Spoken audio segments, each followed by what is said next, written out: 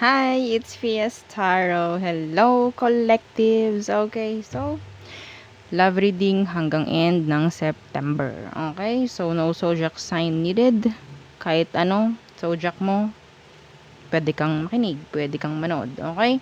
So, syempre, before tayo mag-start, kung hindi ka pa nakakapag-subscribe, please do subscribe and hit the notification bell para lagi po tayo maging updated sa mga mangyayari pa lang. Okay? And yes, don't forget na mag-follow sa atin pong FB page. Yes! So, diba? And, kung may tanong po pagdating sa ating private or personal reading, message lang po sa atin pong FB page for more info. Okay? Okay. So, collectives. Situation, ano bang meron? Okay, anong situation ng mga collectives ngayon? Okay. Collectives, there you go. Conflict. Okay, so there is clashing, differences, and incompatibility. Okay. Conflict agad, no? Oo. Yes. Isa pa. Kuha pa tayo. Ano pa? Collectives. What's with the conflict? Okay, ano bang meron sa conflict na iyan?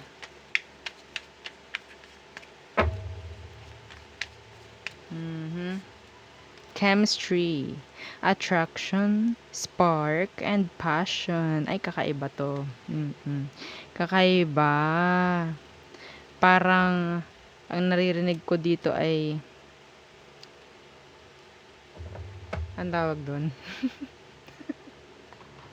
Ang naririnig ko dito is, situation na parang, wrong timing. Okay, may wrong timing dito.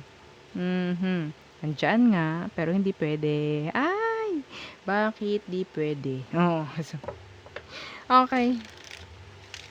Ano yung kantang yan? Di tayo pwede. Oh, di ba? So, sinong may ganyang situation? Tingnan natin kung anong mangyayari hanggang sa end ng September. May naririnig ako March. Oo. I don't know kung ano yun. So, tingnan natin. No? There's conflict and chemistry. Yung gusto mo naman, yung sa tingin mo tama, yung person or what. Okay? Pero there is conflict. Bakit hindi mangyari-yari? Yun, ang naririnig ko rito. Bakit ba hindi pwede? Yan. Okay. So, ano bang meron? Situation ng mga collectives. Oh, unang-unang card. 3 of Cups in reverse. Naku po. Buena mano.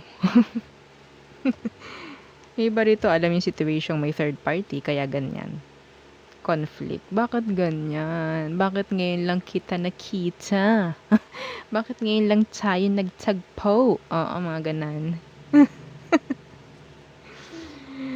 Ay, bakit kasi nagpakasal ka kaagad? Ay, mga ganan. Bakit kasi nagpatali ka kaagad? Bakit hindi mo ko inintay? Oh, okay. The Three of Cups Universe. Lahat sinabi, no? Yeah, sasabihin natin hanggat meron tayong naiisip, oo, na energy. Ano tong Three of Cups Universe? The Page of Wands, yes. This is like failed start. Okay, like, hindi tayo pwede kasi alam mo na yung sitwasyon. Ayan, ano, ayun yung mga naririnig ko eh. Hindi tayo pwede. Naiintindihan mo ba? Yes. Okay. Gusto ko kunyari ano eh, tawag doon, mag voice over. Oo, sabi ng babae or anyone, isa sa inyo, bakit kasi hindi tayo pwede? Bakit kasi ganyan? Sabi nung isa, ano ka ba? Naiintindihan mo ba yung sitwasyon? May utak ka ba? Okay? Oo, ayun ang yun ang naririnig ko dito. Collectives. Ay, kay naman. Kay naman. Oh, tingnan natin. Mhm. Isa pa, kumuha pa tayo sa situation. Yeah, the chariot. Meron ditong gustong umusad. Meron ditong palaging iniiwan. Yeah.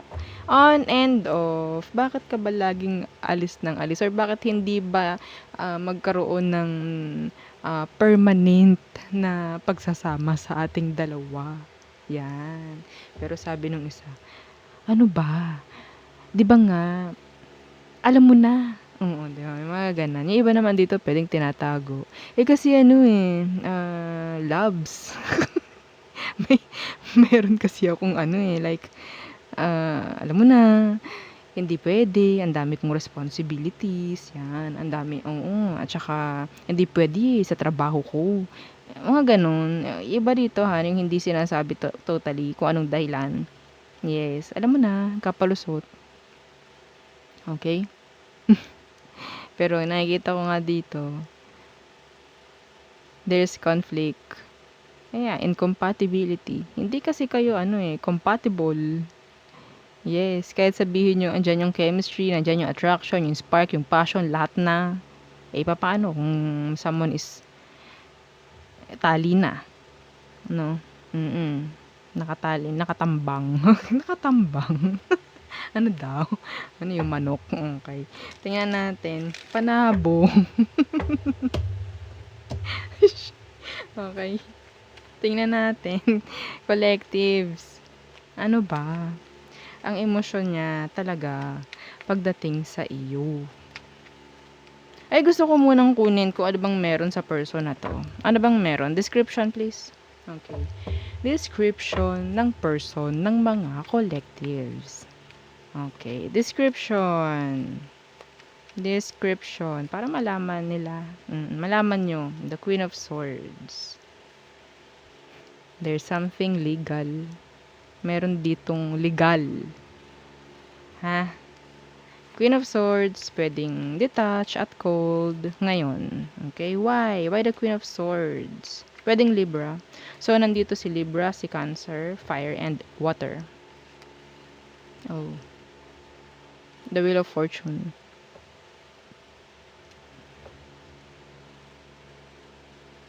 Nandito pa si Ace of Swords na naka-reverse. Hindi malabong may kasal dito. Hindi malabo. Yes. Okay. Tingnan ko ha. Ano tong Wheel of Fortune?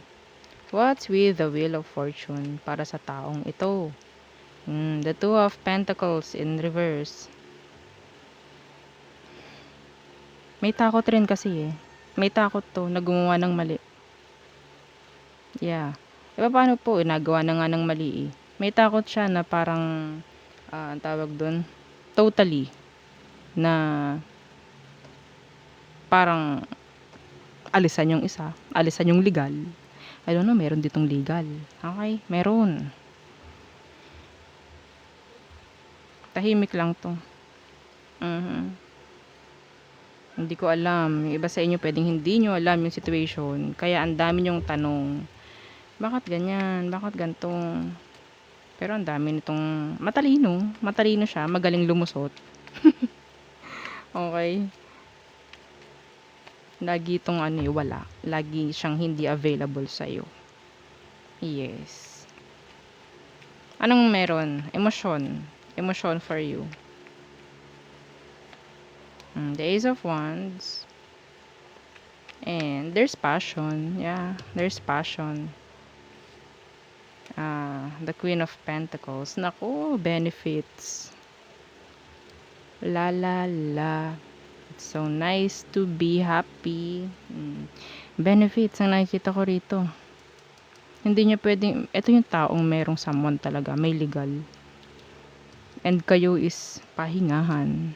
And ang nakikita ko, lahat bigay mo sa taong to. Lahat. Kasi ayaw mo magkaroon ng parang on off, ayaw magkaroon ng lahat gagawin mo for them. Okay? Ang nakikita ko rito, pagdating sa emosyon niya sa'yo, this is like benefits.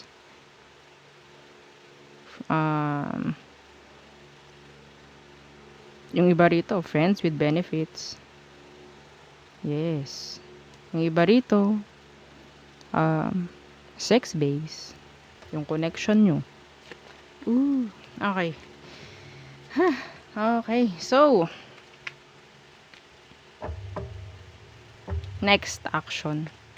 Anong next action ng taong to pagdating sa'yo? Okay. The Temperance Universe. Why the Temperance Universe? Pwedeng Sagittarius. The Magician. Oh, yun na nga. There's manipulation. Yung iba rito, dadaanin ka sa init ng ulo. Okay? There's manipulation here. Napaka-manipulator. Wala po itong wala akong nakikitang gagawin na hakbang pagdating sa'yo kasi hindi niya kayang umalis. There's conflict. Kahit gusto ka. Yes. Pwedeng magpatuloy ito. Yeah. Pwedeng magpatuloy ito. Pero nandyan siya yung masusunod. Kasi nakikita niya na you're a giver. Collective. You are a giver. Okay? So, tingnan natin ano ba oops, hindi ko pa nakukuha yung emosyon mo, no? Okay. Emosyon mo. The Fool in reverse. So, nagiging careful. Yeah, the 7 of Wands. Kasi gusto mo mag-workout to. So, yeah, the Sun. Hoping, being positive lang, like that. And you're like happy with him or with her. Basta masaya, okay, go. Yes. Tingnan natin ang outcome nyo hanggang sa end ng September. Okay. Outcome nyo, collectives. The Hermit in reverse. And this is like a lesson learned. A lesson na dapat may matutunan ka. Bigay lang to ni universe sa'yo. Para magkaroon ka ng mas maganda or like maging strong. Yes. Pina-experience lang sa'yo to para may mas matutunan ka. Okay. Yeah, the 9 of Swords. This is like struggle. Yeah, the 2 of Swords. Para matuto ka. Para matuto ka na hindi lahat oo-ohan. Okay? Nandito yung darating ka sa punto na makikita mo lahat. Okay? At magkokos ng iyakan. Okay? Takot. So, matututo ka na mag-no. Matututo ka na bumitaw. At matututo kang lumayo. Okay? Sa sitwasyon na to. Kasi, I think, ibinigay lang to ni universe para maging ready ka sa real deal. Okay? The Justice. Okay? Yeah. So, gawin mo itong lesson learned, no? Kung may mga sitwasyong like, may malaman ka, or kung alam mo naman na to, it's up to you. Kailangan mo na magdesisyon. Yeah, kailangan na. Hindi mo kailangang maging martira sa ganito. Porque masaya ka. Hindi ka masaya dito. Masaya ka lang pagkasama mo to. Ha? Pero hindi ko nakikita na masaya ka kapag wala to kasi hindi naman sa'yo. Okay? Huwag kang mabuhay sa temporary lang na kasiyahan. Huwag mong hayaan yung sarili mong masanay lang sa ganun. Huwag mong kawawain yung sarili mo. Hindi ka option. Okay? Wag mong gawing option yung sarili mo. Kaya ginagawa kang option. Wag. Okay? Hindi pwedeng option to. Minsan ito talaga yung ginagawang option eh. Kasi lahat bigay nito. Unlike dito. Unlike dito. Marunong to mag-cut off. Matalino to. Okay? So, tayo tumungo sa all signs. Okay. So, collectives. This is sad. This is sad. Okay. Collectives. Aries through Pisces. So, this is like, cross-watcher, no? Segment, if you're dealing with a Aries, Taurus, Gemini, yan, ganyan, okay? So, first, Aries. Oh, they want to reconcile. Some of you, meron ditong third party. Okay? Meron family dito. Si Aries, pwede may family. And inilalagay ka sa third party. Taurus. May emosyon, pero hindi niya kayang, like, maging kontento, I guess. Nandun yung parang hanap pa rin siya ng hanap. Okay? Hindi niya masabi yung totoo. Like that. Gemini. Magulo yung isip ni Gemini. Ngayon, iniisip ka, yung mga gustong sabihin, pero hindi niya ginagawa. Magulo ang isip. Cancer. Held back. Okay? But yeah, they're open. Yes. Some of them, may napapagod na eh. Okay? Napagod na siya. Like that. Pero hindi siya gagawa ng move. Naka-steady lang siya. Parang ganyan.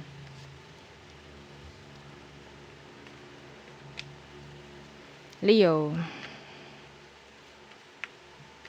Obsessed. Obsession. May obsession dito. Meron ditong mamimili. Virgo. Ego ang nandito. Gusto makipag-connect or makipag-ayos pero ego ang nangunguna. Libra. They want to talk pero yun lang. Okay? No strings attached. No commitments at all. Scorpio. Alam niya na third party siya. Parang nakakaramdam siya, hindi siya full, hindi siya TNGA. Alam niya, meron siyang alam, meron siyang I don't know, maybe ikaw yung someone na merong karelasyon na, tapos ginagawa mo siyang, pwedeng alam yun, or pwedeng vice versa. Okay? Pwedeng vice versa. Kung sa tingin mo merong third party or what, ginagawa kanyang option. Okay? Yeah. So, Sagittarius, a player. Yes, a player. Capricorn, may family involved na hindi sinasabi sa'yo. Aquarius, wanting i-repeat. Okay? Pero, hindi pa siya totally healed. Pisces, nagdadalawang isip na totally i-let go ka. Nagdadalawang isip siya. Okay? So, yun ang ating reading for you, collective. So, again, don't forget to like, share, and subscribe, and follow our FB page. Thank you! Bye!